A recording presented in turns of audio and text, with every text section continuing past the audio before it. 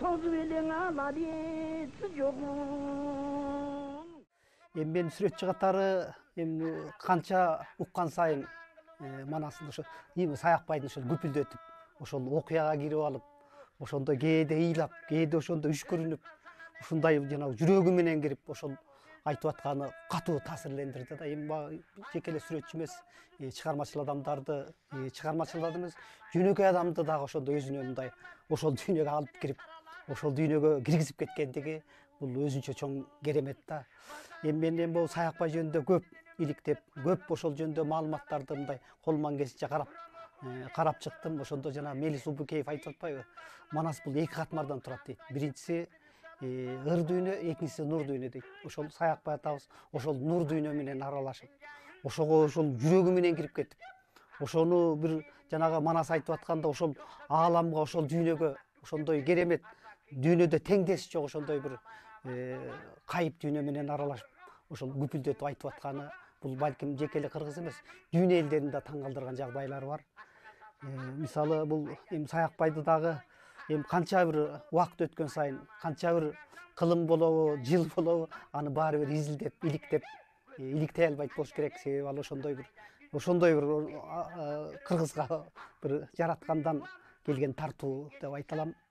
Мисалы мен ошол Саякбайдын ошондой күпүлдөтүп Манас айтканын укпаганда, балким могу Манаска болгон мамилем, Манаска болгон жанагы тартып аткан сүрөттөрүм да балким бир жупуну болуп, балким бир мындай бир жансыз болуп калат беле деп ойлойм да. Себеби мен баягы китептерди окуганда башка, бирок Саякбайдын айтып атканы таптакыр башка да. Саякбай атабыздын айтып атканы таптакыр ошол окуя. Бирок мен таң калганым, сүрөтчү катары таң калганым, ошол окуяны бузбай. Мисалы мен Саякбай жөнүндө көп иликтеп изилдедим. Ал киши мындай каттанбаган адам экен. Ал мага окшоп академияны 15 жыл, 20 жылдан окуп, ар кандай китептерди, ар кандай политиканы бар кыдырып окуган эмес. Ошол окубай туруп, ошондой улуу дүйнөнү, ошондой көркөм дүйнөнү, ошондой кыргыздын улуу руханий бир дүйнөсүн ошондой бир мындай жыдыбай айтып атканы, ошол маалыматтардын баардыгын тең өзүнө сиңирип айтып атканы бул эми табышмак. Муну баары бир адамдын акылы аңдабайт болуш керек.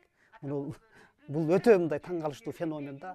Бул балким бул канча убакыт өткөн сайын, балким кийин ушул Саякбайга кайрылып, Саякбай жөнүндө ошол Саякбай аркылуу ошол Манастын күчүн, Саякбай атабыз аркылуу ошол Манастын улуулугун, Манастын ошол дагы айтып атпайбы, бул жараткандан ошол кыргызга мындай чоң казына кылып, чоң бул руханий дүйнөсүнүн улуулугун, күчүн ошол Саякбай аркылуу биз мындай баамдап, баалап атабыз. Балким бир Саякбайдан мурунку Тыныбек, балким Балыкоздорду укканда кандай болот эле.